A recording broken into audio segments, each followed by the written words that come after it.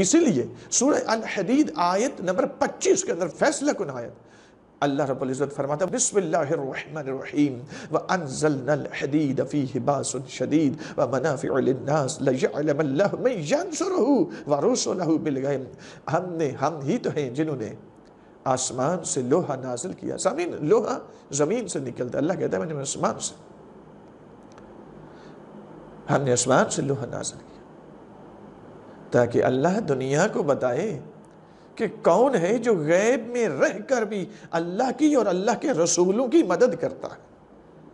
لَيَعْلَمَ اللَّهُ مَن يَنصُرُهُ وَرُسُلَهُ بِالْغَيْبِ، اللہ کہہ رہا ہے کون ہے جو غیب میں رہ کر چھپ کر بھی اللہ کی اور اس کے رسولوں کی مدد کرتا ہے۔ اعوذ باللہ من الشیطان اللعین الرجیم، بسم اللہ الرحمن الرحیم۔ الحمد للہ الذی سمک السماء وندب عباده الى الدعاء وجعلنا من المتمسکین بالکتاب والسنہ والمتمسکین بمنہاج الائمہ الذین اذهب اللہ عنہم الرجس وطہرہم تطہیرا، ثم الصلاة والسلام على رسوله المبعوث لهداية الأمم وتعليم مكارم الأخلاق والشيم، ثم الصلاة والسلام على مصابيح الظلم ومفاتيح الكرم، ثم اللعنة على أعدائهم ملعونين أجمعين، أما بعد، بسم الله الرحمن الرحيم، إياك نعبد وَإِيَّاكَ نَسْتَعِينَ، حمد و ثنا صلی اللہ جل شانہ کی جو لائق حمد و ثنا ہے، اور درود و سلام ان ذوات مقدسہ و مطہرہ پر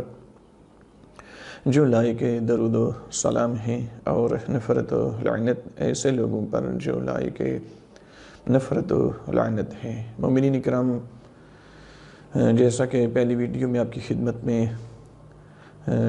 یہ پیش کیا گیا کہ شرک کا تحقق کیسے ہوتا ہے، جناب انجینئر محمد علی مرزا صاحب چونکہ اس حوالے سے اپنے آپ کو محقق بنا کر پیش کرنے کی کوشش کر رہے ہیں، اور اس میں انہوں نے یہ کہا کہ ایاک نعبد و ایاک نستعین، یہ اللہ نے ایک قانون دے دیا، اب پورے قرآن میں کوئی آیت ایسی نہیں ملے گی جس میں اللہ کے علاوہ کسی اور سے مدد، مثلا یا علی مدد یا اس طرح سے یہ کوئی اس کا ہو سکے۔ تو انتہائی انہوں نے اپنی جرت کا اظہار کیا، اور بالخصوص وہ بھی قرآن کی نسبت۔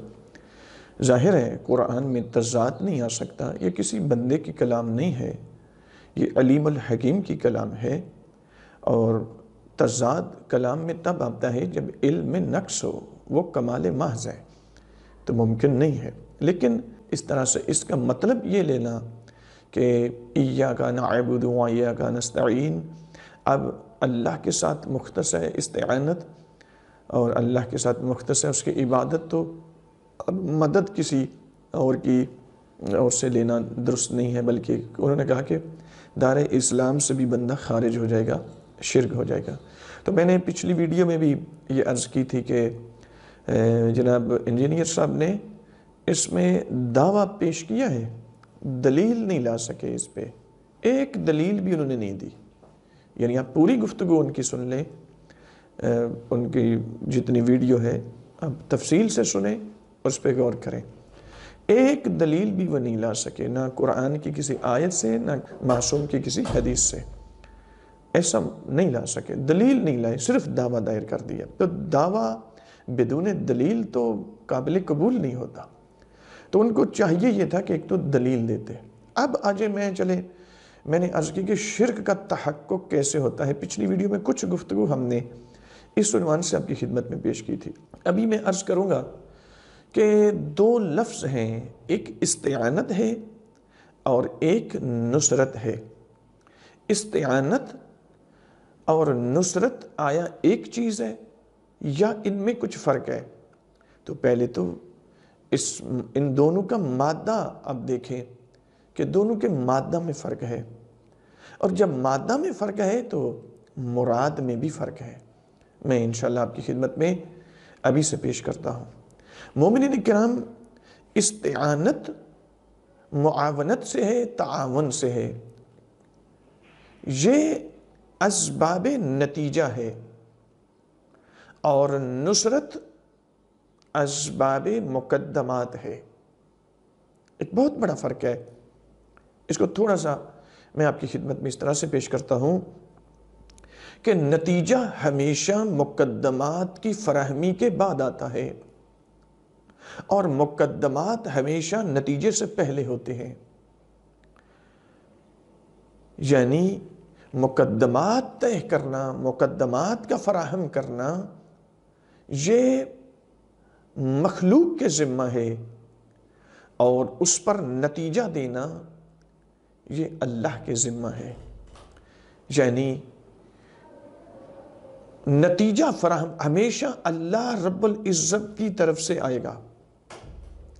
جو اعانت ہے، اعانت کی شکل میں مدد ہے، وہ اسباب نتیجہ ہے۔ یعنی بہت ساری چیزوں کو نافہمی کی بنا پر حضرت صاحب خلط کر رہے ہیں کہ نتیجے کو مقدمات کی جگہ پر اور مقدمات کو نتیجے کی جگہ پر فٹ کر رہے ہیں، یا پھر اس کی طرف توجہ کوئی نہیں، پتہ ہی کوئی نہیں۔ تو میں آپ کی خدمت میں عرض کرتا ہوں کہ اعانت جس سے باب استفعال میں جائے تو استعانت بنتی ہے، یہ اسباب نتیجہ ہے، اور نصرت اسباب مقدمات ہے۔ بس یہ ایاک نعبد و ایاک نستعین، اللہ کی ذات کے ساتھ جو مدد مختص ہے وہ نتیجے والی مدد ہے، کہ مقدمات فراہم کرنا یہ عبد کا کام ہے، ان مقدمات کے مطابق نتیجہ دینا یہ اللہ کا ذمہ ہے۔ اس آیت مجیدہ میں جو اللہ رب العزت، یہ بالکل درست ہے، یہ ام الکتاب ہے، اس میں کوئی شک نہیں ہے، لیکن نصرت اور استعانت میں فرق تو کریں آپ۔ جس طرح آپ مثلا علت تامہ کی تعریف کرتے ہیں، تو علت تامہ مثلا اس کے 3 اجزاء ہوتے ہیں: مقتضی، شرط، عدم المانی۔ یہ 3 چیزیں ملیں گی تو پھر جا کر نتیجہ آئے گا۔ مثلا آپ فرض کریں کہ کسی سے اس طرح سے کہ آپ نے نماز ادا کرنا ہے، تو آپ کے پاس پانی نہیں ہے، پانی لیتے ہیں، وضو کرتے ہیں، یہ پہلا، پانی لینا پہلا مقدمہ ہے، وضو کرنا اس کا اگلا مقدمہ ہے۔ اس کے بعد آپ دونوں مقدمات کو عبور کرتے ہوئے آپ مصلی پہ جائے نماز پہ کھڑے ہو جاتے ہیں، آپ تکبیرۃ الاحرام کہتے ہیں، اس کے بعد آپ سورہ الحمد اور دوسری کوئی سورہ اس کی تلاوت کرتے ہیں، رکوع و سجود کرتے ہیں، پھر دوسری رکعت ہے، اس طرح اگلی رکعتیں آپ اس طرح سے ادا کرتے ہیں۔ مومنین کرام ذرا غور کریں، وہ جو آپ نے پانی لیا، وہ جو آپ نے وضو کیا، یہ جو آپ نے نیت کی، یہ جو آپ نے اللہ اکبر کا، یہ اسباب مقدمات ہے۔ ان مقدمات پہ ایک نتیجہ ہے، وہ ہے ان کی قبولیت کی شکل میں۔ یہ مختص ہے اللہ رب العزت کے ساتھ۔ ہم جو کہتے ہیں نا ایاک نعبد، یہ آیت بھی یہی، آپ غور کریں ذرا، ایاک نعبد و ایاک نستعین، کہ پروردگار ہم عبادت تیری کرتے ہیں اور استعانت بھی تجھ سے مانگتے ہیں۔ کیا مطلب ہے؟ یعنی اپنی کی ہوئی بندگی کی قبولیت کی دعا بھی تجھ سے کرتے ہیں، اور وہ مدد بھی تجھ سے مانگتے ہیں۔ بس اس کی قبولیت اس کا نتیجہ ہے، اور جتنا پانی سے لے کر وضو تک، وضو سے لے کر اس کی نیت، تکبیرۃ الاحرام اور ساری باقی اذکار، یہ سارے کے سارے اس کا مقدمہ ہیں۔ بس اسباب مقدمہ۔ اب اگر غور کریں سامعین گرامی، اگر کوئی شخص مقدمات میں کسی سے مدد طلب کرتا ہے تو یہ نصرت کہلائے گی، اگر نتیجے میں مدد طلب کرتا ہے یہ استعانت کہلائے گی، کیونکہ یہ اسباب مقدمہ نہیں ہے استعانت۔ یہ جو اس سورہ مبارکہ الفاتحہ کی اس آیت مجیدہ میں ام الکتاب کے اندر اللہ رب العزت نے قانون دیا، تو درست ہے قانون، لیکن آپ فرق تو کریں۔ بس پہلے جو صورتیں ہیں ان میں مثلا آپ نے کسی سے پانی لیا، آپ نے کسی سے آپ نے ایک پاکیزہ جگہ کا انتخاب کیا، آپ نے، یہ سارے اس کے مقدمات ہیں۔ مقدمات طے کرنا یہ آپ کا ذمہ ہے، یہ اللہ کے ذمہ نہیں ہے۔ یعنی یوں نہیں ہے کہ اب آپ وضو کریں تو اللہ نے آپ کو، یہ اللہ کا ذمہ ہے، اللہ کے ساتھ مختص ہے، نہیں، یہ مقدمات کی فراہمی۔ اس لیے خدا فرماتا ہے ان لیس للانسان الا ما سعى، انسان کے لیے کچھ بھی نہیں ہے مگر کہ جو وہ کوشش کرے گا۔ اب جیسی کوشش کرے گا ویسے ہی اس کو نتیجہ ملے گا۔ یہ جو نتیجہ ہے، یہ نتیجہ اس کے مطابق اللہ کی بارگاہ سے قبولیت کی شکل میں مانگنا، یہ استعانت ہے۔ نصرت کیا ہے؟ مقدمات میں کسی سے نصرت، میں لغت میں تھوڑا سا آپ کی خدمت میں عرض کرتا ہوں، نصرت کیا ہے؟ اعانت تقویت شیء فی نفسہ من دون نظر الی غیرہ، یعنی کسی چیز کے اندر ناتوانائی آ جائے اور اس ناتوانائی کو دور کرنے کے لیے جو اس کی تقویت دی جاتی ہے، بغیر کسی اور چیز کی طرف نظر کیے ہوئے، اس کے غیر کی طرف سے صرف نظر کیے ہوئے، خود اس چیز کی ناتوانائی کو دور کرنا، اس کو تقویت دینا، اس کو کہتے ہیں نصرت۔ توجہ فرمائیں گے، اب بہت بڑا جملہ ہے یہ، اسے نصرت کہتے ہیں۔ میں مثلا ایسی زمین کہ جو بنجر ہے، خشک ہو چکی ہے، سوکھ چکی ہے، ہل نہیں چلتی، اس پہ سخت ہو چکی ہے، فصل نہیں اگاتی، اللہ رب العزت اس پہ بارش برسا دیتا ہے۔ اب کیا ہوتا ہے؟ جب بارش برستی ہے تو زمین نرم ہو جاتی ہے، جب زمین نرم ہوتی ہے تو وہ ہل بھی آسانی سے چلتی ہے، بیج بھی آسانی سے بویا جا سکتا ہے، وہ فصل بھی اگانے کے قابل ہو جاتی ہے، اس کی جو زرخیز کرنے کی قوت ہے وہ بڑھ جاتی ہے۔ اس لیے کہا جاتا ہے ارض منصورۃ، ایسی زمین کہ جس کے اوپر بارش برسائی جائے اللہ کی طرف سے، ایسی زمین کہ جس کے اوپر بارش برسائی جائے۔ نصر اللہ الارض سمی المطر نصرا، یعنی بارش کو بھی نصر کا نام دیا گیا، مدد کا نام دیا گیا۔ اب ذرا غور کریں سامعین، کس طریقے سے؟ مثلا السائل التی تعدی بالماء من بعید، ایسی زمین کہ جس میں جو غیر ہموار ہے، اس پہ مختلف جگہوں پہ تھوڑا تھوڑا پانی اکٹھا ہوا ہے، اس پانی کی حرکت ختم ہو چکی ہے، وہ بالکل تھوڑا ہے اور بہہ نہیں رہا، بالکل ایک جگہ پہ ایک چھوٹا سا مثلا گڑھا ہے، اس میں پانی ہے۔ اب کیا ہوتا ہے؟ اوپر سے، یعنی اس میں اتنی توانائی نہیں ہے کہ یہ حرکت کر سکے اور بہنے کے قابل ہو سکے۔ اب کیا ہوتا ہے؟ اوپر سے بارش برستی ہے، پانی اوپر سے بہتا ہوا آتا ہے۔ یہ جو رکا ہوا پانی ہے نا، جس میں بہنے کی طاقت ختم ہو چکی ہے، وہ بہتا ہوا پانی جب اس کے ساتھ ملتا ہے تو اس کو تقویت دیتا ہے، اور تقویت دیتا ہے تو پھر کیا ہوتا ہے؟ تقویت دیتا ہے، یہ رکا ہوا پانی اس پانی کے ساتھ مل کر بہنا شروع کر دیتا ہے۔ یہ جو اس بہتے ہوئے پانی کے ساتھ اس کا مل جانا اور اس کی ناتوانائی کو ختم کر کے اس کو تقویت بخش دینا، عربی میں اسے نصرت کہتے ہیں۔ اگر آپ بہترین کتاب حضرت علامہ حسن مصطفی التحقیق فی کلمات القرآن، وہاں پہ دیکھیں ذرا، کمال کر دی، قلم توڑ کے رکھ دی علامہ نے۔ اور یہ ملت تشیع کو ناز ہے کہ ایسی شخصیات تشیع کے اندر آج بھی موجود ہیں، کہ التحقیق فی کلمات القرآن کے اندر اس کی جلد نمبر 12 میں غور کریں مومنین کرام کہ کس طریقے سے نصرت اس کو کہتے ہیں۔ اچھا، اس کو نصرت کیوں کہتے ہیں جی؟ اس لیے کہتے ہیں کہ وہ جو رکا ہوا پانی تھا وہ زمین کو سیراب کرنے کی طاقت نہیں رکھتا تھا، رکا ہوا تھا، لیکن جب بہتا ہوا پانی آیا اس نے اس میں چلنے کی طاقت پیدا کر دی، یہ چلتا ہوا اس زمین تک پہنچ گیا کہ جو سوکھی ہوئی تھی، وہ جو خشک زمین تھی، سوکھی ہوئی تھی، جس میں ہل چلانا بڑا مشکل تھا، اب اس پانی کی وجہ سے وہ زمین نرم ہو گئی۔ جب زمین نرم ہوئی تو اب کیا ہوا؟ اس میں ہل چلانا آسان ہو گیا۔ جب ہل چل گئی اس میں بیج بونا آسان ہو گیا۔ جب بیج بو دیا گیا اس سے فصل نکلنا، اس زمین کے خصوصیات جو ہیں وہ بحال ہو گئی، جو ناتوانائی تھی اس میں اس کو تقویت مل گئی، ناتوانائی ختم ہو گئی۔ مومنین کرام اس کو کہتے ہیں نصرت۔ اب یہ دیکھیں ذرا، رکا ہوا پانی، اس کے ساتھ بہتا ہوا پانی ملے، اس کو ساتھ بہا لے، یہ نصرت ہے۔ ہوا نا اسباب مقدمات۔ زمین اس خشک زمین تک پہنچا، اس کو اس نرم کر دیا، اس کا نرم کرنا، یہ اسباب مقدمات ہے۔ مقدمہ ہے یا نتیجہ؟ یقیناً مقدمہ ہے۔ پھر اس میں اپنے حل چلا دی، مقدمات ہیں۔ پھر اس میں اپنے بیج بو دیا، مقدمہ ہے۔ پھر اس سے کونپل نکلی، اب اتنے مقدمات طے کر دیے، یہ سارے اسباب مقدمات ہیں۔ اور نصرت جو ہوتی ہے وہ مختص بباب مقدمات ہے، نہ کہ بباب نتیجہ ہے۔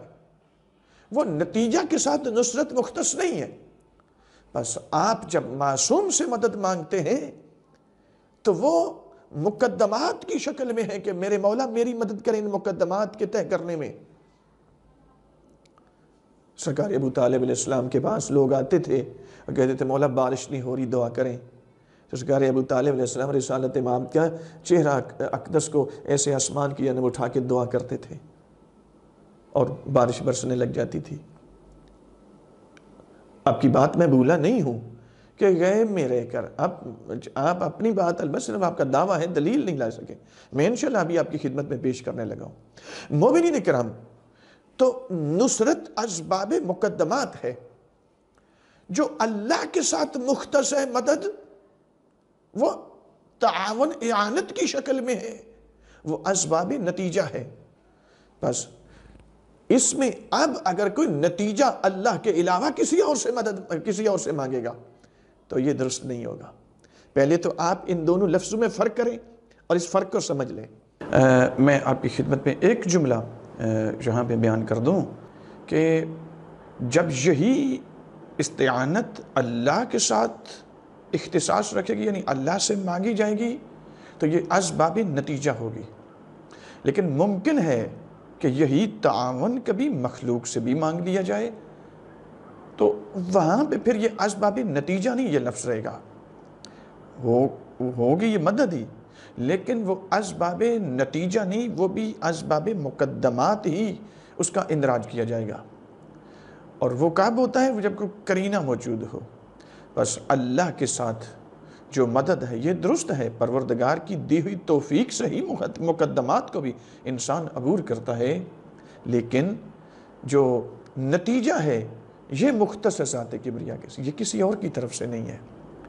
بس یہاں پر مثلا قرآن پاک میں پروردگار عالم خود اسی استعانت کے لیے فرماتا ہے وَتَعَاوَنُوا عَلَى الْبِرِّ وَالتَّقْوَى، نیکی اور تقوی کے کاموں میں ایک دوسرے کے ساتھ تعاون کرو، ایک دوسرے کی مدد کرو۔ تو یہاں پہ غور کریں، خود قرائن اس آیت کے اندر موجود ہیں، بر اور تقوی ہے اسباب مقدمات۔ اور جب اسباب مقدمات ہیں تو میں نے عرض کی کہ جب یہی استعانت یا تعاون یا اعانت اللہ سے ہٹ کر اس کی مخلوق سے مانگی جائے گی تو وہ مقدماتی ہو جائے گی، وہ اسباب نتیجہ نہیں رہے گی۔ وَتَعَاوَنُوا عَلَى الْبِرِّ وَالتَّقْوَى۔ سامعین گرامی، اس لیے میں نے آیت مجیدہ یہ تلاوت، اس اور کئی آیات اس طرح سے ملتی ہیں، میں نے اشارہ کر دیا اور آپ کو ایک میتھڈ دے دیا۔ مومنین کرام، پروردگار عالم نے نصرت کا تحقق کس طریقے سے کرتا ہے؟ حضرت علامہ حسن مصطفی التحقیق فی کلمات القرآن جلد نمبر 12 صفحہ نمبر 155 اور صفحہ نمبر 156 کے اندر کیا کمال، کیا اس کی وضاحت کی، فرماتے ہیں حقیقت نصرت یتحقق فی الخارج تحت امرہ تعالی و بارادتہ و تقدیرہ و بالوسائط المخلوقۃ منہ، کہ جو حقیقت نصرت ہے یہ خارج میں متحقق کب ہوتی ہے؟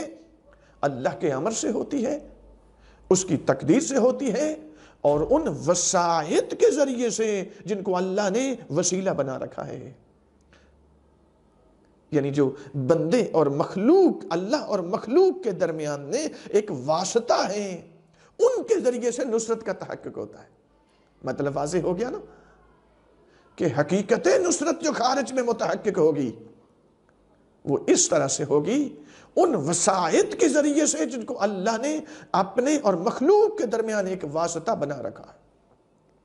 اس لیے خدا قرآن میں فرماتا ہے یا ایھا الذین آمنوا اتقوا اللہ وابتغوا الیہ الوسیلہ، اے صاحبان ایمان متقی بنو، تقوی الہی اختیار کرو اور اللہ کی بارگاہ میں آنے کے لیے وسیلے کی تلاش کرو۔ یہ وہ وسائط ہیں کہ جن کے ذریعے سے نصرت کا تحقق خارج میں ہوتا ہے۔ اب پچھلی بات آپ ذہن میں رکھیں کہ ایک مرتبہ آپ استعانت کی بات کرتے ہیں، ایک مرتبہ آپ نصرت کی بات کرتے ہیں۔ جب استعانت کی بات کرتے ہیں یہ اسباب نتیجہ ہے اور یہ اللہ کے ساتھ مختص ہے، اس میں آپ کسی اور سے مانگ بھی نہیں سکتے، نتیجہ دے گئی خدا۔ معصومین بھی جو کام کرتے تھے وہ بھی خدا سے نتیجہ مانگتے، تو درست ہے، کوئی شک ہی نہیں ہے۔ لیکن جو نصرت ہے وہ اسباب نتیجہ نہیں، یعنی مقدمات کی فراہمی میں آپ اس کی مخلوق بخصوص مخلوق بھی وہ جن کو اللہ نے واسطہ کے طور پر، وسیلہ کے طور پہ بنایا ہے، اس کے آپ کر سکتے۔ اسی طریقے سے نصرت بھی جب اللہ کے ساتھ، اللہ سے بھی نصرت مانگی جا سکتی ہے، چونکہ اللہ خود فرماتا ہے میں ولی بھی ہوں، میں نصیر بھی ہوں۔ من دون اللہ ولی نہیں ہے، من دون اللہ نصیر نہیں ہے، لیکن میں تو ولی ہوں، میں تو نصیر ہوں۔ لیکن کیا اللہ ہی ولی اور نصیر ہے؟ نہیں میرے محترم سامعین، اللہ نے جس طرح میں نے پچھلی ویڈیو میں آخر پہ جا کے تھوڑی سی گفتگو کی تھی، وَجْعَلْ لِي مِن لَّدُنْكَ سُلْطَانًا نَصِيرًا، میرے آقا نے پروردگار سے دعا مانگتے ہوئے کہ پروردگار مجھے ایسا نصیر عطا فرما اپنی طرف سے جو ہر مشکل پہ غالب ہو۔ اللہ رب العزت نے امیر المومنین کی شکل میں سلطان نصیر عطا کیا، اور پھر اسی طرح بس نہ یہ من دون اللہ نصیر ہیں یا نہ یہ من دون اللہ ولی ہیں۔ اس لیے سورہ مائدہ میں خدا فرماتا ہے انما ولیکم اللہ ورسولہ والذین آمنوا الذین یقیمون الصلاة ویؤتون الزکاة وہم راکعون۔ اللہ بھی ولی ہے، اس کے رسول بھی ولی ہیں، اور وہ بھی ولی ہیں کہ جو حالت رکوع میں زکوٰۃ دینے والے ہیں۔ متواتر احادیث سے ثابت ہے کہ یہ آیت میرے مولا علی علیہ السلام کی شان میں اتری ہے، جب حالت رکوع میں انہوں نے ایک سائل کو انگوٹھی عطا کی تھی۔ سامعین گرامی، جو من دون اللہ ہے، آئیں پڑھیں سورۃ السبا کے اندر آواز قدرت آتی ہے قُلِ ادْعُوا الَّذِينَ زَعَمْتُم مِّن دُونِ اللَّهِ لَا يَمْلِكُونَ مِثْقَالَ ذَرَّةٍ فِي السَّمَاوَاتِ وَلَا فِي الْأَرْضِ وَمَا لَهُمْ فِيهِمَا مِن شِرْكٍ وَمَا لَهُمْ مِنْهُمْ مِن ظَهِيرٍ۔ کہ جن لوگوں کو یہ اللہ کو چھوڑ کر، یعنی من دون اللہ لوگ ہیں، ان کو یہ بلاتے ہیں، جو لوگ بھی من دون اللہ یعنی اللہ کے مد مقابل ہیں، ان من دون اللہ لوگوں کو جو لوگ بلانے والے ہیں وہ کیسے آپ کے مددگار ہو سکتے ہیں؟ وہ تو زمین و آسمان میں ایک ذرے کے مالک نہیں، نہ زمین کے اندر کسی ذرے پر حق کی ملکیت رکھتے ہیں، حق کے تسلط رکھتے ہیں، نہ آسمان کے اندر حق کے تسلط رکھتے ہیں، ایک ذرے کی بھی، تو آپ کے مددگار کیسے؟ قرآن نے کمال کی آیت نازل کر دی، سورۃ السبا آیت نمبر 22 پڑھیں، قرآن ذرا کھول کے دیکھیں۔ ہاں میرے محترم سامعین، تو یہاں پہ اللہ کہتا ہے جو اللہ کے علاوہ ہوتا ہے، یعنی اللہ کے مد مقابل جو من دون اللہ ہوتا ہے، نہ وہ ولی ہوتا ہے نہ وہ نصیر ہوتا ہے۔ وہ کیسے ولی اور نصیر ہو سکتا ہے؟ اس کا تو اختیار ہی کوئی نہیں ہے، اس کا تو تسلط ہی کوئی نہیں، نہ زمین کے کسی ذرے پر ہے نہ آسمان کے کسی ذرے پر ہے۔ لیکن سامعین گرامی، کچھ ہستیاں وہ ہیں کہ جن کے لیے خدا خود فرماتا ہے سبحان الذی سخر لنا، اللہ پاک ہے وہ ذات جس نے ہمارے لیے اس کائنات کو مسخر کر دیا۔ انشاءاللہ جب ہم ولایت تکوینی پہ آئیں گے، چونکہ اسی سے مربوط بات ہے، وہ انشاءاللہ وہ آپ کی خدمت میں تفصیل سے ہم پیش کریں گے، لیکن ابھی صرف اتنا کہ اب کیسی تسخیر ہے؟ اس کا مطلب یہ ہے کہ کچھ ہستیاں ایسی ہیں کہ جو بیٹھی زمین پہ ہوتی ہیں، انگلی کا اشارہ کریں، آسمانوں کی بلندیوں کو چھونے والا چاند دو حصوں میں تقسیم ہو جائے، اور اللہ قرآن میں نازل کر دے اقتربت الساعۃ وانشق القمر، قیامت قریب آ گئی، چاند دو حصوں میں تقسیم ہو گیا۔ کچھ ہستیاں وہ ہیں کہ جو امیر المومنین کی جب ایک جنگ میں نبی اکرم کا سر اقدس میرے مولا کے زانو اقدس پہ ہے، اور نبی اکرم استراحت فرما رہے ہیں، اور اتنے میں دیکھتے کیا ہے کہ سورج غروب ہونے لگا۔ امیر المومنین نے اب نبی اکرم کے سر کو اٹھا کر نیچے نہیں رکھا، نہیں ایسا نہیں ہے، بلکہ روح نماز ہے میرے رسول کا وجود۔ میرے آقا نے کیا کیا، امیر المومنین نے کیا کیا، رونا شروع کیا۔ میرے مولا کے آنسو جب نبی اکرم کے چہرہ اقدس پہ پڑے، آقا دو جہان نے ایسے آنکھیں کھولی، کہا یا علی، میرے ہوتے ہوئے گریا کہ مولا میری نماز۔ میرے آقا فرماتے رونے کی کیا ضرورت ہے؟ میرے آقا نے ایسے انگلی کا اشارہ کیا، بے اذن الہی وہ جو سورج غروب ہو چکا تھا وہ واپس پلٹ کے آ گیا۔ 2 مرتبہ امیر المومنین کے لیے یہ سورج واپس پلٹ کے آیا ہے۔ اب ذرا غور کریں سامعین، جو زمین و آسمان میں کسی ذرے کے مالک نہیں، وہ مددگار نہیں، لیکن جن کا اختیار سورج کی نقل و حرکت پہ چلتا ہے اور باذن الہی چلتا ہے، جن کا اختیار چاند پہ چلتا ہے، جن کو اللہ نے مسخر کر رکھا ہے جن چیزوں کو ان کے لیے، وہ پھر ولی بھی ہیں، وہ نصیر بھی ہیں۔ اور یہی وجہ ہے امیر المومنین کے لیے ردت لہو الشمس مرتین، امیر المومنین کے لیے 2 مرتبہ سورج واپس پلٹایا گیا، ایک مرتبہ نبی اکرم کے ہاتھ سے، ایک مرتبہ امیر المومنین کے ہاتھ سے۔ انشاءاللہ میں عرض کر رہا ہوں جب ہم ولایت تکوینی پہ آئیں گے تو پھر انشاءاللہ پوری تفصیل آپ کی خدمت میں، ولایت تکوینی کیا ہوتی ہے، معصوم کا دائرہ اختیار، اس کی حدود تو ہم نہیں بتا سکتے، لیکن کم از کم سمجھنے کے لیے کچھ نہ کچھ معروضات آپ کی خدمت میں پیش کروں گا۔ ایک آیت سنیں مومنین کرام، ابھی یہ طے ہو گیا کہ استعانت جب اللہ سے مانگی جائے گی اسباب نتیجہ ہوگی، لیکن جب یہی تعاون مخلوق سے مانگی جائے گی، اعانت مانگی جائے گی، تو یہ اسباب نتیجہ نہیں، اسباب مقدمہ ہوگی، جس طرح تعاونوا علی البر والتقوی ولا تعاونوا علی الاثم والعدوان، اور گناہ اور عدوان پر ایک دوسرے کی مدد نہ کرو، بلکہ بر اور تقوی، نیکی اور تقوی کے کاموں میں ایک دوسرے کی مدد۔ یہ اسباب مقدمہ ہے، یعنی مقدماتی مدد ہے، نہ کہ نتیجے والی مدد، نتیجے والی مختص ذات کبریا کے ساتھ جو خدا سورہ فاتحہ میں کہہ چکا ہے ایاک نعبد و ایاک نستعین۔ ایک آیت سنیں مومنین کرام، یہی وجہ ہے کہ جن کچھ ہستیاں وہ ہیں جن کو اللہ رب العزت نے زمین و آسمان کی پر اختیار دے رکھا ہے، اور جس طرح سرکار طالوت علیہ السلام کے لیے پروردگار عالم فرماتا ہے، آپ نے لیے فرماتے علم تعلم ان اللہ لہ ملک السماوات والارض، کیا تم نہیں جانتے کہ زمین و آسمان کا مالک اللہ ہے؟ پھر فرماتے ہیں تبارک الذی بیدہ الملک، بابرکت ہے وہ ذات کہ جس کے قبضے قدرت میں کائنات کا اختیار ہے۔ پھر سرکار طالوت کے لیے خدا فرماتا ہے وَأَتَاهُ اللَّهُ الْمُلْكَ وَالْحِكْمَةَ وَعَلَّمَهُ مِمَّا يَشَاءُ، سورہ بقرہ آیت نمبر 251۔ یہ کافی آیات ہیں۔ سرکار طالوت علیہ السلام، اللہ رب العزت نے سرکار طالوت کو ملک عطا کیا، سلطنت عطا کی، اختیار عطا کیا، صاحب تصرف بنایا، پھر ان کو صاحب حکمت بنایا، پھر ان کو علم دیا جتنا اللہ نے چاہا۔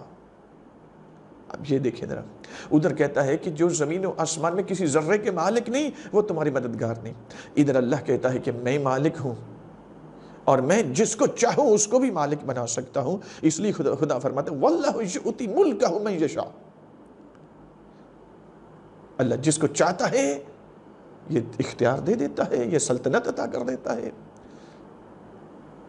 اب جو بن جاتا ہے اس کی طرف سے اس کو اختیار ہے۔ اب یہ چونکہ اللہ بھی مالک، یہ بھی مالک، مدد اللہ سے مانگ لیں تو بھی درست ہے، ان سے مانگیں تو بھی درست ہے۔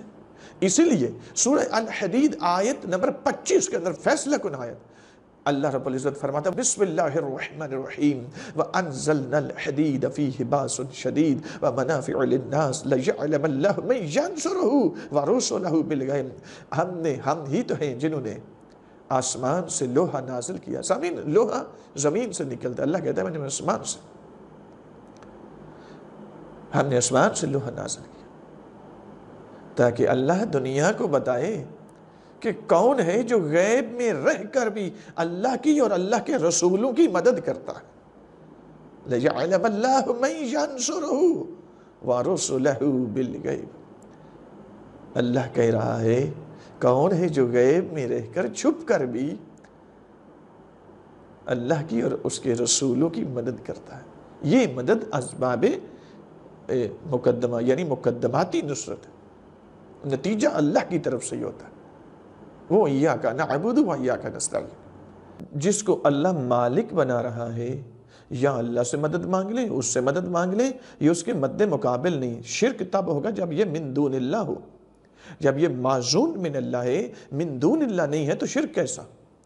اب آئیں، میں ایک دو روایت آپ کی خدمت میں پیش کر دیتا ہوں کہ کیا واقعاً جو غائب ہیں ان سے کسی نے مدد مانگی ہے۔ تو سب سے پہلے میں جناب سیدہ صلوات، میری عقیدت کا محور جناب سیدہ ہے، تو ابتدا میں انہی سے کرتا ہوں۔ جناب سیدہ کے عنوان سے یہ کتاب سلیم ابن قیس، مومنین کرام جناب سیدہ کی مظلومیت، وہ بھی مرزا صاحب کو ہم نے پیچھے 2-3 مہینے پہلے کچھ جوابات دیے تھے کہ وہ کہتے تھے کہ یہ سلیم ابن قیس سے ہی بس یہ لیتے ہیں اور ابان بن ابی عیاش ایک راوی ہے۔ میں نے ابان بن ابی عیاش کی توثیق بھی پیش کی ہے اور کتاب سلیم ابن قیس پہ وارد ہونے والے اعتراضات کو بھی رد کیا ہے، وہ آپ سنیں۔ لہذا اب صرف میں نے لیکن پیچھے جو روایات میں نے پیش کی تھی وہ اس کتاب میں سے ایک روایت بھی پیش نہیں کی تھی۔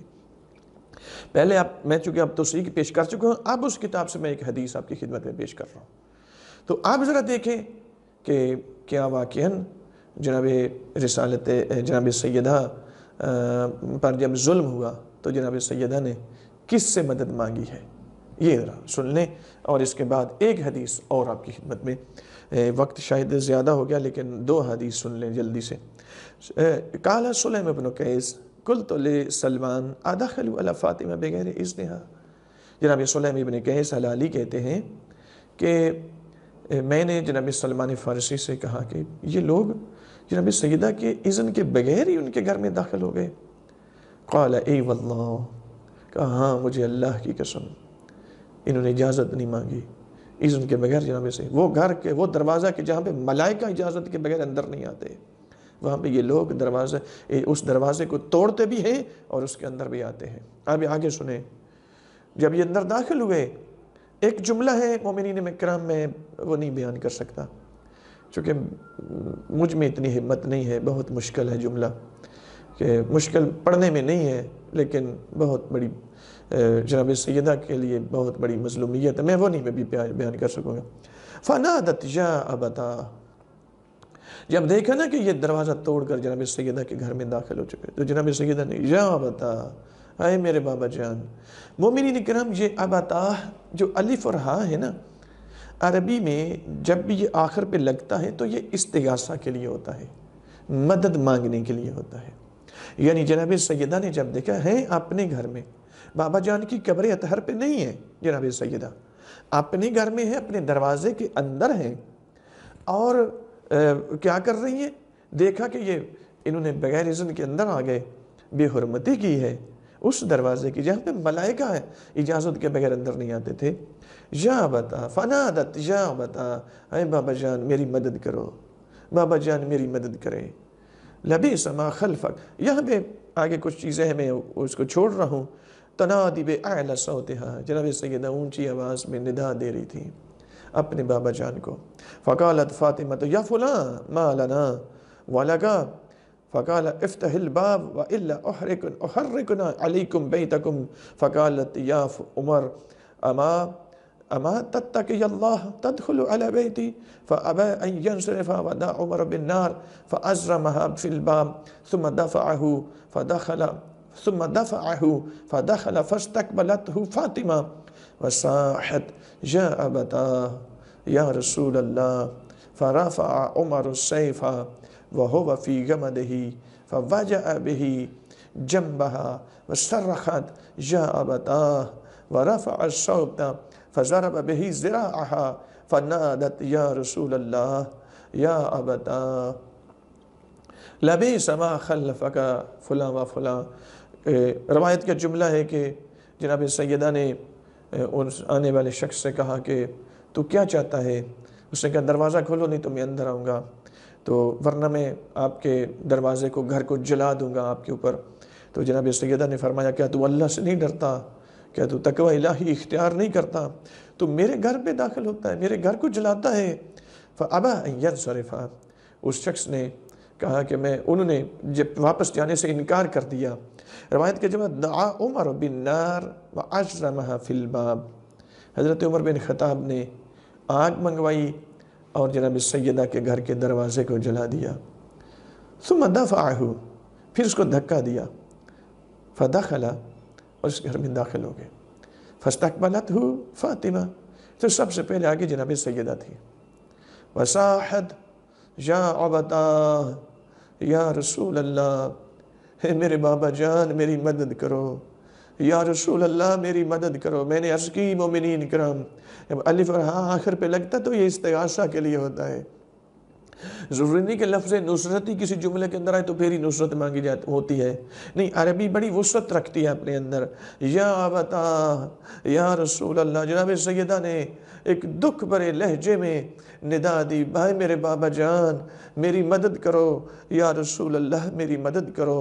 فرفع عمر السیف، حضرت عمر بن خطاب نے وہ تلوار اٹھائی. وَهُوَ فِي غَمَدِهِ فَوَجَعَ بِهِ جَنْبَهَا، وہ تلوار کی نوک جناب سیدہ کے پہلو میں ماری. اس کے بعد فصرخت، جناب سیدہ پھر چیخنا شروع، رونا شروع کر دیا. پھر فرماتی ہیں یا بتا، یہ تیسری مرتبہ اسی ایک حدیث کے اندر جناب سیدہ نے اپنے بابا جان کو ندا دی ہے اور اپنے بابا جان سے مدد مانگی ہے. ہمیں یہ کچھ سبق نہ پڑھائے کہ غیب میں رہنے والے سے مدد مانگنا ہے تو شرک ہو جاتا ہے. یہ دیکھ، میرے لیے حجت کسی مرزے کا قول نہیں ہے، میرے لیے حجت جناب سیدہ ہیں، میرے لیے حجت امیر المومنین ہیں. فصرخت یا بتا، جناب سیدہ رونے لگی اور کہنے لگی ہائے میرے بابا جان میری مدد کرو. فرفع صوتا، تلوار کی وہ نوک مارنے کے بعد رکے نہیں. اس نے کیا کیا؟ اسی شخص نے ایک تازیانہ پکڑا. فضرب بہ ذراعها، جناب سیدہ کے اس بازو کے اوپر اس شخص نے وہ کوڑا تازیانہ مارا. فنادت یا رسول اللہ یا ابتا، جناب سیدہ نے پھر ندا دی اپنے گھر میں، بابا جان کی قبر پہ جا کے نہیں، اپنے گھر میں. ابھی تو دروازے کے اندر ہیں جناب سیدہ. اور جناب سیدہ کو جب اس نے تازیانہ مارا مخدومہ کے جناب صدیقہ طاہرہ کے بازو پر، پھر جناب سیدہ نے اپنے بابا جان کو ندا دی اور اپنے بابا جان سے مدد مانگی. یا بتا یا رسول اللہ، میرے بابا جان میری مدد کرو، یا رسول اللہ میری مدد کرو. میرے محترم سامعین، یہ کثرت کے ساتھ یہ احادیث، یہ اہل سنت کی کتاب ہے فرائض السنتین، محدث جوینی رحمہ اللہ. یہ اہل سنت میں پہاڑ سے بڑا نام ہے، عمدی کتاب ہے، اور میں اس سے وہ روایات بھی پیش کر چکا ہوں. یہ روایت وہاں بھی موجود ہے، فرائض السنتین کے اندر اہل سنت کی کتاب ہے. اور اس میں جناب سیدہ پر جب ظلم ہوتا ہے اور پھر اس میں جو رسول اللہ پیشین گوئی کر کے گئے، میری بیٹی پر اس طرح سے ظلم کیے جائیں گے، اور میری بیٹی بلا رہی ہوگی یا بتا یا رسول اللہ، بابا جان میری مدد کرو، یا رسول اللہ میری مدد. میری بیٹی کی کوئی مدد کرنے والا دنیا میں اس وقت نہیں ہوگا، وہ پھر مجھے ہی بلا رہی ہوگی، مجھے میری مدد مانگ رہی ہوگی. رسالت امام خود کہہ گئے اگر یہ شرک ہوتا تو رسول اللہ اپنی بیٹی کو منع کر کے جاتے. اگر یہ شرک ہوتا تو جناب سیدہ معصومہ اس منبع عصمت ہے، جناب سیدہ کبھی یہ نہ بلاتی. جانتی ہے کہ بابا جان قبر میں جا چکے ہیں، جانتی ہے کہ اپنے گھر میں موجود ہیں، بابا جان کی قبر سامنے نہیں ہے، فاصلے پہ ہے، لیکن اس کے باوجود جناب سیدہ اپنے بابا جان سے مدد مانگ رہی ہیں. مومنین اکرام، ایک حدیث معافی چاہتا ہوں، گفتگو تھوڑی سی لمبی ہو گئی. ابتدا میں نے آپ کی خدمت میں پیش کیا کہ استعانت اور نصرت میں کیا فرق ہے، وہ ذہن میں رکھنا اور پھر جا کر دیکھنا کہ جناب سیدہ کس طریقے سے اپنے بابا جان سے مدد مانگی. یہ اسباب مقدمات ہے جو نصرت مانگی جا رہی ہے جناب سیدہ کی طرف سے. انشاءاللہ ابھی جب ندا کی طرف آئیں گے، مفہوم ندا ہم پیش کریں گے اگلی ویڈیو میں، تو اس میں کچھ روایات آپ کی خدمت ہم پیش کریں گے. ایک حدیث اور سن لیں، یہ اس وقت کی حدیث ہے کہ جب جناب سیدہ، یہ تو ماں نے مدد مانگی نا اپنے بابا جان سے، رسالت مآب سے، جناب سیدہ سے، جب ان پہ ظلم ہوا، اس ظلم سے بچنے کے لیے اسباب مقدمات ہیں مومنین کرام، اسباب نتیجہ نہیں. اسباب نتیجہ استعانت ہوتی ہے، اسباب مقدمات نصرت ہوتی ہے. جناب سیدہ اپنے بابا سے اسباب مقدمات ان کے ظلم سے بچنے کے لیے. مومنین کرام، اس کے بعد کیا ہوا؟ ایک حدیث آپ سن لیں، جناب زینب کبریٰ صلوات اللہ علیہا، یہ بہت بڑی مظلومہ ہستی ہے. ماں کی مصیبت سمجھ میں نہیں آتی تو بیٹی کی مصیبت. قربان لٹ گیا گھر جناب زہرا کا، اجڑ گیا گھر پورا اس دین کو بچاتے ہوئے. جو دین کے وارث ہیں، جو کتاب کے قرآن کے وارث ہیں، انہیں نہیں پتا کہ قبر میں جانے والی شخصیت کو بلانا شرک ہو جاتا ہے، اس سے مدد مانگنا شرک ہے. سامعین یہ سنیں ذرا، جب عالیہ سلام اللہ علیہا بھائی مارے گئے، سید الشہداء کا سر نیزے پہ آ گیا، بیٹوں کے سر نیزوں پہ آ گئے، علی کی بیٹیاں قیدی ہو گئی. اور جب مقتل سے گزر رہی تھی نا عالیہ سلام اللہ علیہا، یہ روایت کربلا سے لے کر شام کے بازاروں تک تمام چیزوں کا احاطہ کیے ہوئے ہے، جو بھی میں پڑھنے جا رہا ہوں، آپ کو سنانے جا رہا ہوں. جناب علیہ السلام جب مقتل سے گزر رہی تھی، امام حسین کے قتل کی جگہ پہ، شہادت کی جگہ پہ میرے عالیہ پہنچی، اپنے آپ کو اونٹ سے نیچے گرا لیا، ہاتھ پس گردن بندھے ہوئے، کونیوں سے پتھروں کو پیچھے ہٹایا. امام حسین کا کٹا ہوا بدن سامنے نظر آیا. اس وقت عالیہ سلام اللہ علیہا نے کیا کیا؟ ایک ندا دی. کس کو؟ حسین کو نہیں، اپنے نانا جان کو، رسالت باب کو. فرمایا واہ محمدہ، پھر فرماتی ہے یا محمدہ، اے میرے نانا جان میری مدد کرو. صلی علیکہ ملیک السماء، آپ پر تو ملائکہ کے، آسمان کے ملائکہ درود پڑھتے ہیں. ھذا حسین مرمل بالدماء، میرے باپ نانا جان میرا حسین ہے جو اعضاء میں کٹ چکا ہے، اجزاء میں کٹ چکا ہے، جس کا خون اس کا غسل بن چکا ہے، مقطع الاعضاء جس کے اعضاء کاٹ دیے گئے ہیں، مجزوز الراس من الکفا، مسلوب الامامہ جس کا امامہ لوٹ لیا گیا ہے، والردا جس کی عبا کے بعد لوٹ لی گئی، بے ابی من معسکرہ نہبا، بے ابی فی من فستاتہ مقطع بالعرا، بے ابی من لا ہوا غائب فیرجا ولاو مریض فیداوا انا الفدا. آگے سامعین گرامی اسی روایت کے اگلے حصے میں آگے چل کے پھر جب عالیہ السلام علیہ، ایک تو یہ کہ کربلا میں امام حسین علیہ السلام کے لاشِ اقدس پہ پہنچتی ہیں تو اپنے نانا جان کو ندا دیتی ہیں، ان سے مدد مانگتی ہیں. میں نے کہا بارہا کہہ چکا ہوں، الف اور ہا جب بھی آئے گا آخر میں تو یہ مدد کے معنی میں ہوتا ہے. ایک تو اپنے نانا قتل امام حسین کی بدن اطہر کے، جن کے ساتھ سر کوئی نہیں، وہاں پہ کھڑے ہو کر کہاں کس سے مدد مانگ رہی ہیں؟ اپنے نانا جان سے. کہاں پہ تھی عالیہ؟ کربلا میں. نانا جان کا حرم اطہر کہاں پہ ہے؟ مدینہ میں. ہزاروں میلوں کا فاصلہ ہے، جانتی ہے میرے نانا جان قبر کے اندر ہیں. اس کے باوجود عالیہ سلام اللہ علیہا، اور یہ عالیہ سلام اللہ علیہا پتہ ہے کون ہے؟ جب ابن زیاد کے دربار میں خطبہ دے رہی تھی تو وقت کے امام نے گواہی دی تھی، اسکتی یا عمدی انت عالم غیر معلمہ. میرے پھپھو جان اب خطبہ دینا بند کر دیں، میں گواہی دیتا ہوں آپ ایسی عالمہ ہیں جن کا دنیا میں استاد ہی کوئی نہیں. آپ کا علم وہبی ہے، اللہ نے آپ کو علم ایسے دیا جیسے ہم کو دیا. سامعین گرامی اس کے بعد عالیہ السلام اللہ علیہا جس وقت بازار کوفہ میں کربلا سے ہوتے ہوئے بازار کوفہ میں جاتی ہے نا، تو کربلا کا کچھ جملے اس روایت میں موجود، میں نے جیسے پڑھ دی، یا محمد صلی اللہ علیہ ملیک السماء، یا محمدہ وا محمدہ صلی اللہ علیہ ملیک السماء، ھذا حسین مرمل بالدماء مقطع الاعضاء. آگے کیا فرماتی ہے؟ وَبِنَاتُكَ سَبَايَا، اے میرے نانا جان آپ کی بیٹیاں قیدی کر لی گئی ہیں. وَإِلَى اللَّهِ الْمُشْتَكَى، اور میں اللہ کی بارگاہ میں اس کا شکوہ کرتی ہوں. وَإِلَى عَلِيٍّ الْمُرْتَضَى، اپنے بابا علی کی بارگاہ میں شکوہ، اس کا شکایت کرتی ہوں اور اللہ سے مدد مانگتی ہوں، اپنے بابا علی سے مدد مانگتی ہوں. وَإِلَى فاطمة الزہرا، اپنی اماں زہرا کی بارگاہ میں اس کا شکوہ بھی کرتی ہوں اور ان سے مدد بھی مانگتی ہوں. وَإِلَى حَمْزَةِ سَيِّدِ الشُّهَدَاء، اور میں اپنے امیر حمزہ جناب سید الشہداء ہیں، ان کی بارگاہ میں شکوہ بھی کرتی ہوں اور ان سے مدد بھی مانگتی ہوں۔ ھذا حسین بالعرا تصفی علیہ الصبا قتیل اولاد الادعیاء و حزنا و قربا الیوم مات جدی رسول اللہ۔ آگے کیا فرماتی؟ یا اصحاب محمد ھذہ ذریۃ المصطفیٰ، اے میرے نانا جان کے اصحاب، مجھ زینب کبریٰ کی مدد کرو۔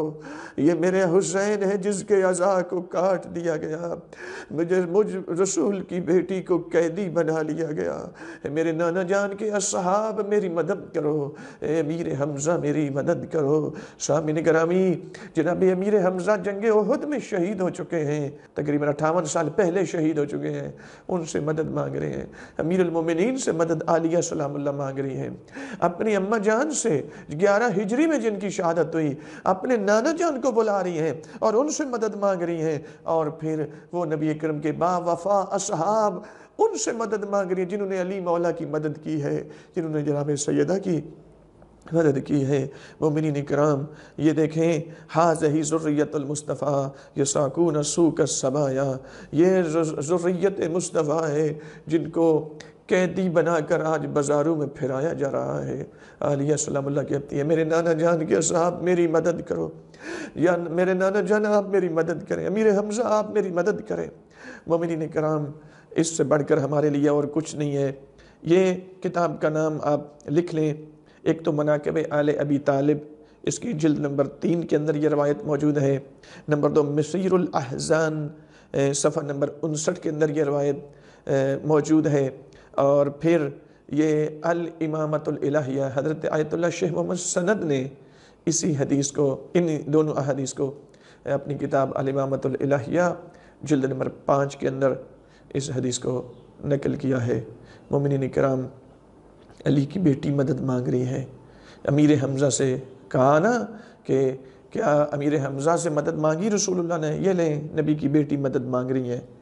یہ سرکار امیر المومنین سے، نبی اکرم سے مدد مانگی جا رہی ہے، اصحاب مصطفیٰ سے مدد مانگی جا رہی ہے، نبی اکرم کے اصحاب با وفا سے مدد مانگی جا رہی ہے۔ اس لیے شرک، جس کو مذہب کی ابجد کا پتہ نہیں ہے، وہ پھر فتووں کی فیکٹری کھول کے آگے کفر اور شرک کے فتوے صادر کرنا شروع کر دیتے ہیں۔ مومنین کرام، ایسے لوگوں سے، چالاکیوں سے پر نظر رکھیں اور ان سے آگاہی رکھیں، اپنے بچوں کو محفوظ رکھیں، اپنے ایمان کو محفوظ رکھیں۔ پروردگار ہمیں ایسے اشرار سے محفوظ فرمائے۔ وآخر دعوانا ان الحمد للہ رب العالمین۔